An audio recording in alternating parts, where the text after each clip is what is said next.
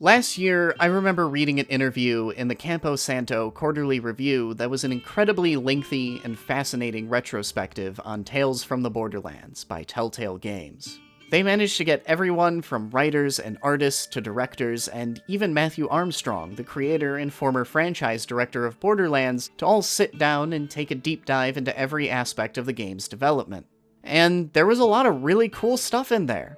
In particular, it was great to hear about their process of choosing music for each episode's intro. But the thing that stuck out to me most back when I read that interview was how turbulent this game's development was. So much of the interview was spent by so many people talking about believing in the team's vision for the game, and the directors pushing back and resisting management so that they could realize it. And there were so many times when people talked about moving roles mid-season, being taken off and thrown onto a different game, getting added to the team midway through, and this constant competition for manpower. It was only subtext at that point, but it painted a picture of a management structure that constantly changed its mind and just as frequently was at odds with its own creative staff, something that later articles have only further highlighted. This retrospective laid bare all the hallmarks of a troubled, turbulent development. The only reason it didn't have the subtitle, "What Went Wrong?" is because the game was a success. Tales from the Borderlands is one of Telltale Games' most brilliant moments, where despite all that turbulence and gross mismanagement, an absolute mastery of and intense devotion to a team's craft and vision produced a truly special, moving, and entertaining narrative that managed to fully embrace Borderlands' slapstick, over-the-top tone while still crafting a story with poignancy and weight. It was a critical success, and as far as I'm aware, beloved by fans as well.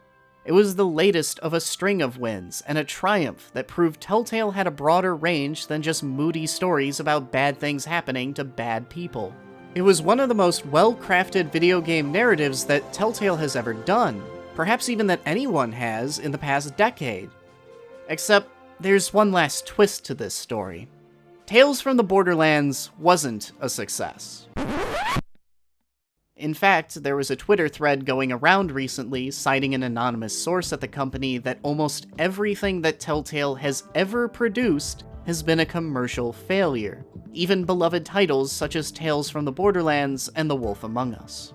And if you somehow haven't heard the news, those failures have caught up with Telltale, and the company has laid off 90% of their staff, over 250 extremely talented individuals without severance or benefits, and is running on a skeleton crew. A fate that is as tragic as it is outrageous. It feels more than a little weird to be delivering what's basically an unsolicited eulogy for a company that hasn't even officially closed its doors yet, but the course is already charted. All that's left is for the devs to take care of unfinished legal obligations, and then that's it. It's hard to believe that Telltale's rise and fall all happened over the course of a mere 6.5 years, with Walking Dead Season 1 coming out in 2012. And it's even harder to believe that Telltale somehow managed to put out another dozen games since then. And it's hardest of all to believe that despite such a grueling release schedule, these games were, by and large, actually pretty good, all things considered. I mean, I'm not a completely blind fan. I know that Telltale isn't perfect. Not every game they released was a shining monument to the power of games as a medium like Tales from the Borderlands or The Walking Dead's first season were. Telltale's first move when met with success was to start grabbing a stunning number of IPs that was probably more than they could have ever handled, even with expanded staff, and quality control has become an issue over the years. But even at their absolute worst, Telltale's releases have always still been at least average. A lot of studios have done far worse than that. And when they were at their best, the folks at Telltale were trailblazers of the industry that almost single-handedly resurrected a genre and launched it into a new renaissance while simultaneously pushing narrative boundaries for the entire medium. That's bro. Bro.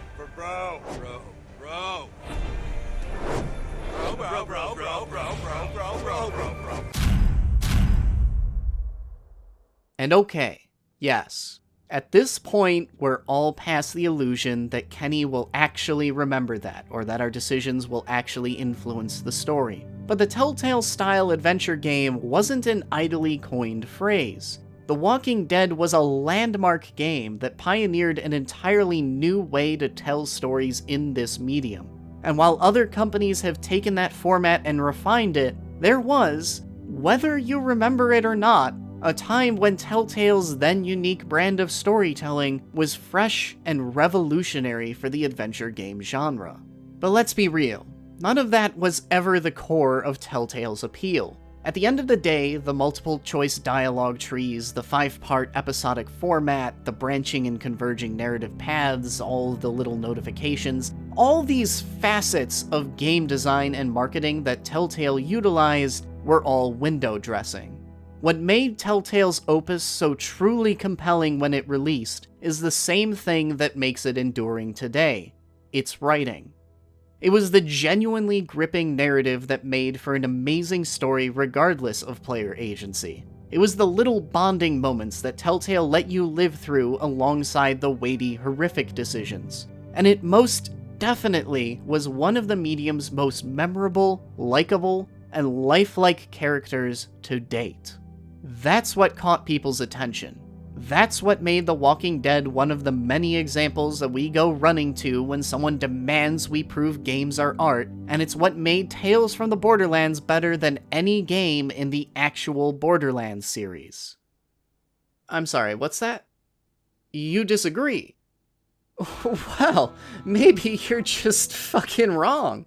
Tales from the Borderlands understands the series' personality better than some of the latest mainline titles did. Its episode intros are worthy rivals to the original Borderlands' iconic use of Ain't No Rest for the Wicked. Its entire cast is both hysterical and charming. Fiona has one of the most compelling everyman-to-hero stories I've ever seen. Gortys is a precious perfect angel, and I will finger gun fight anyone who disagrees with me. Look. A lot of people will probably just remember Telltale Games as an Icarus fable of a studio that had a runaway success and immediately overstepped their newfound reach. But that's not what I see. Telltale's reach certainly was farther than their grasp, but there's just so much more to the story than that. In hindsight, looking at all the interviews, hearing how disappointing the sales figures truly were, tracing the company's history of mismanagement, I see a company that could never bottle lightning twice, despite increasingly desperate attempts to do so, including throwing more and more at the wall to see what would stick.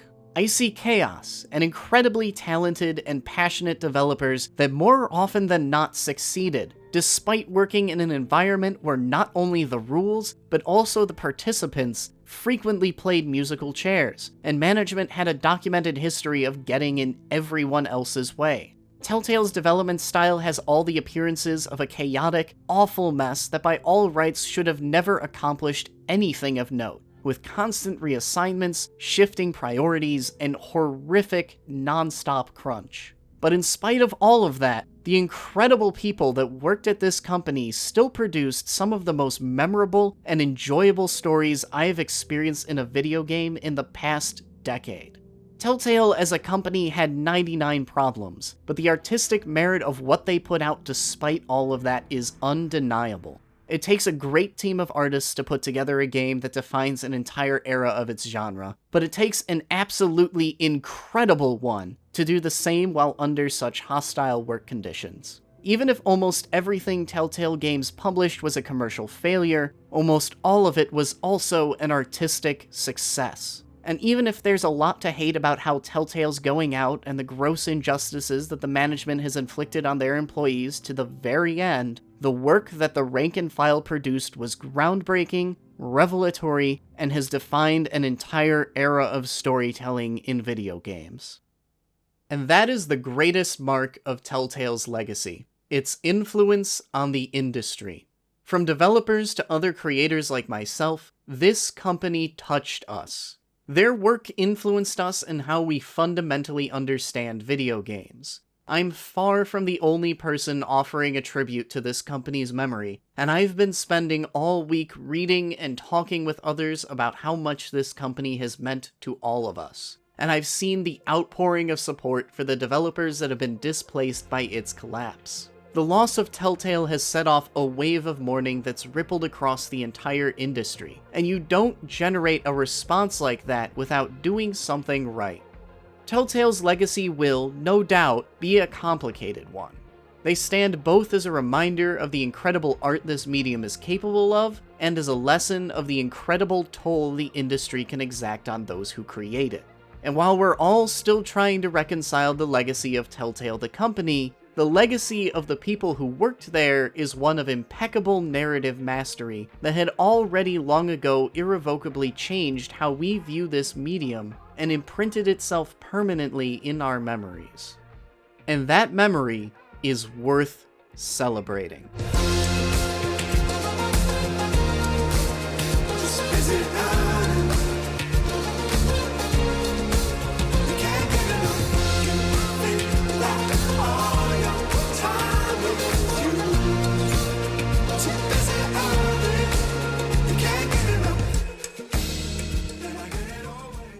Hey guys, one last thing real quick before you go. If you enjoyed the video, consider hitting that subscribe button. I'd love to do more of these, but my time is limited. So every little bit that gets me closer to doing this full time gets you closer to getting more regular releases like this one. If you're looking for more long-form content, I can point you to the first entry in my Celebrating Games series about boss rushes, but my main meat and potatoes are my weekly reviews, where I try to find short games like what Telltale made that respect a busy adult's gaming schedule. Check them out, and hopefully, I'll see you next week.